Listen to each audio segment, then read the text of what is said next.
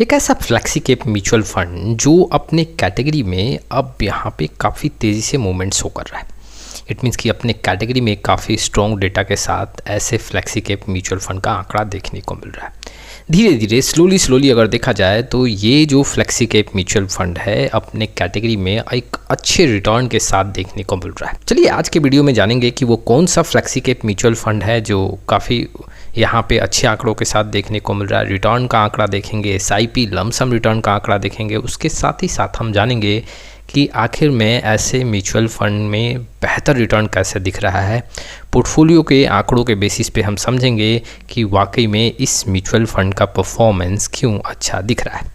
चलिए शुरुआत करते हैं। लेकिन आप में से बहुत ऐसे इन्वेस्टर हैं जिनको पोर्टफोलियो रिव्यू और डिज़ाइन को लेकर प्रॉब्लम है।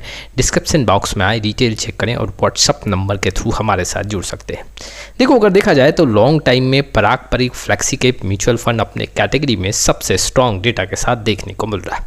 लेकिन अगर मैं यहाँ पे पिछले 1 साल 2 साल और 6 मंथ का यहाँ पे आंकड़ा देखूँ तो Motilal Oswal flexi cap mutual fund जी हाँ यहाँ पे बेहतर डेटा के साथ देखने को मिल रहा है। अपने कैटेगरी में काफ़ी स्ट्रॉन्ग रिटर्न शो कर रहा है। चलिए सबसे पहले लमसम रिटर्न की बात करते हैं। देखो, मोतीलाल ओसवाल फ्लेक्सी कैप जो है अगर पिछले 1 मंथ का रिटर्न देखें तो यहाँ पे 10.4% का रिटर्न शो कर रहा है। कैटेगरी एवरेज में आप देख सकते हो सिर्फ 2.21% का रिटर्न है।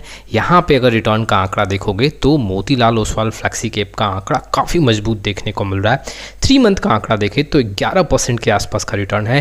कैटेगरी एवरेज में सिर्फ 6 से 7% के बीच में है। 6 मंथ में इस म्यूचुअल फंड ने 7% का रिटर्न दिया है।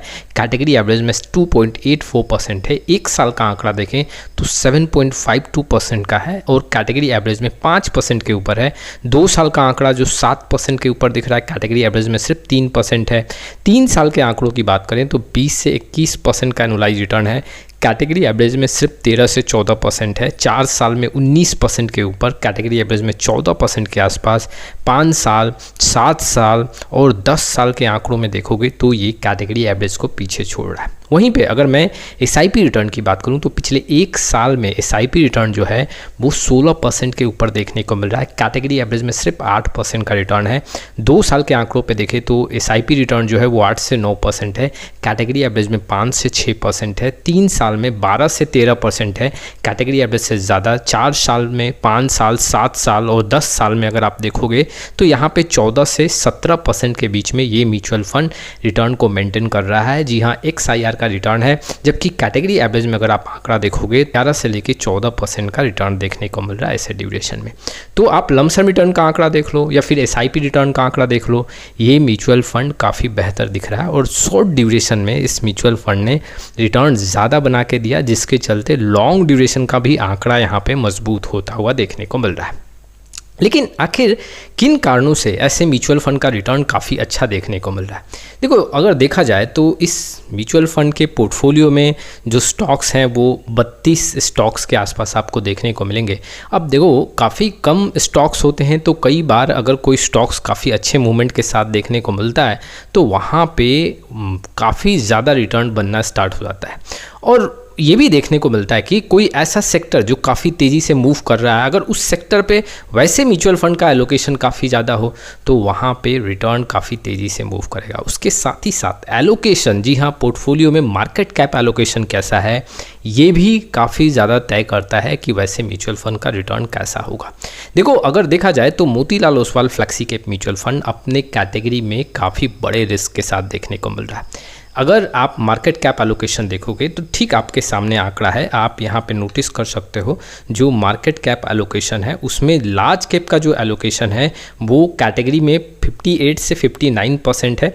इस फंड में लार्ज कैप का एलोकेशन कम है, 41 से 42% के बीच में। इट मीन्स कि लार्ज कैप का एलोकेशन अगर कैटेगरी एवरेज से कम है तो यहाँ पे जी हाँ थोड़ा सा आपको रिस्क ज़्यादा देखने को मिलेगा और डाउन साइड प्रोटेक्शन में भी थोड़ा सा वीक देखने को मिलेगा। वैसे मिड कैप का आंकड़ा देखोगे तो जहाँ कैटेगरी एवरेज में फ्लेक्सी कैप कैटेगरी में 20 से 21% है, यहाँ इस म्यूचुअल फंड में 35 से 36% है। स्मॉल कैप का आंकड़ा देखोगे तो कैटेगरी एवरेज में 20 से 22% है, इस म्यूचुअल फंड में भी 21 से 22% है। कुल मिला के देखा जाए तो मिड कैप का एलोकेशन इस म्यूचुअल फंड में ज़्यादा है, लार्ज कैप का एलोकेशन कम है। और ओवरऑल अगर मिड कैप और स्मॉल कैप का एलोकेशन देखें तो करीबन आपको यहाँ पे 45 से 50% का आंकड़ा देखने को मिल रहा है, जिससे ये देखने को मिल रहा है कि रिस्क यहाँ पे ज़्यादा है। कैटेगरी में अगर आप देखोगे तो मिड कैप का जितना एलोकेशन होना चाहिए काफ़ी ज़्यादा एलोकेशन है। और पिछले अगर आप 2 से 3 महीने का आंकड़ा देखोगे तो मिड कैप और स्मॉल कैप में अच्छा मूवमेंट देखने को मिला है, और ये रीज़न है कि ऐसे म्यूचुअल फंड का रिटर्न काफ़ी अच्छा है। जो मैंने एक रीज़न और रखा था कि कोई सेक्टर काफ़ी अच्छा अगर परफॉर्म करे, उस सेक्टर में काफ़ी ज़्यादा एलोकेशन हो, तो Motilal Oswal flexi cap mutual fund का अगर आप आंकड़ा देखोगे, सेक्टर वाइज आंकड़ा देखोगे, तो यहाँ पे सबसे ज़्यादा जो एलोकेशन है वो कैपिटल गुड्स में है, करीबन 22 से 23%। और कैपिटल गुड्स का अगर आंकड़ा आप देख रहे हो कि पिछले 6 महीने का आंकड़ा कैसा है, तो आप यहाँ पे देख सकते हो जनवरी से लेके अब तक अगर रिटर्न देखोगे तो 27 से 28% ये सेक्टर मूव किया है, पॉजिटिव आंकड़ों के साथ है। और ये सेक्टर जितने तेज़ी से मूव कर रहा है, जी हाँ, अगर आप 5 साल का आंकड़ा देखोगे, 1 साल का आंकड़ा देखोगे, तो मार्केट में जो रिटर्न नहीं बना है उससे काफ़ी ज़्यादा यहाँ पे हैंडसम रिटर्न बनता हुआ देखने को मिल रहा है। और ये भी एक रीज़न है कि ये म्यूचुअल फंड काफ़ी स्ट्रॉन्ग डेटा के साथ देखने को मिल रहा है।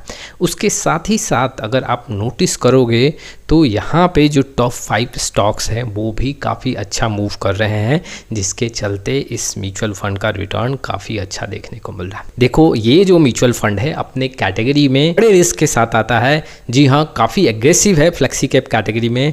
और देखो, ऐसा नहीं है कि आज अगर ये म्यूचुअल फंड चल रहा है तो हमेशा चलेगा, आने वाले समय में इसमें गिरावट भी हो सकता है। क्योंकि फ्लेक्सी कैप में जब अगर आप Parag Parikh flexi cap, HDFC flexi cap, कोई और भी फ्लेक्सी कैप का आंकड़ा देखोगे तो वहाँ पे लार्ज कैप का एलोकेशन थोड़ा ज़्यादा होने से डाउन साइड प्रोटेक्शन भी ज़्यादा होता है। इट मीन्स कि गिरावट कम होता है, लेकिन इस म्यूचुअल फंड में गिरावट भी ज़्यादा देखने को मिल सकता है। अप्स एंड डाउन्स भी काफ़ी ज़्यादा होगा, काफ़ी ज़्यादा वोलेटाइल है। और ऐसे सिचुएशन में ये ऐसे इन्वेस्टर के लिए सूटेबल नहीं है जो यहाँ पे रिस्क को मिनिमाइज़ करके चलना चाहते हैं।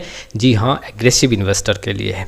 कुल मिला के अगर देखा जाए तो म्यूचुअल फंड जो है शॉर्ट ड्यूरेशन में काफ़ी तेज़ी से बढ़ रहा है, लेकिन अगर आप ऐसे म्यूचुअल फंड को अपने पोर्टफोलियो में ऐड करना चाहते हो तो एक प्रॉपर रिसर्च करें अपने प्रोफाइल के रिस्क को देख के, और तब ऐसे म्यूचुअल फंड का चयन करें। तो ये कुछ इन्फॉर्मेशन थे जो इन्वेस्टर के लिए इंपॉर्टेंट थे। आपका क्या राय इस वीडियो को लेकर कमेंट बॉक्स में जरूर आए। फिर मिलेंगे एक नए वीडियो के साथ, तब तक के लिए जय हिंद, जय भारत।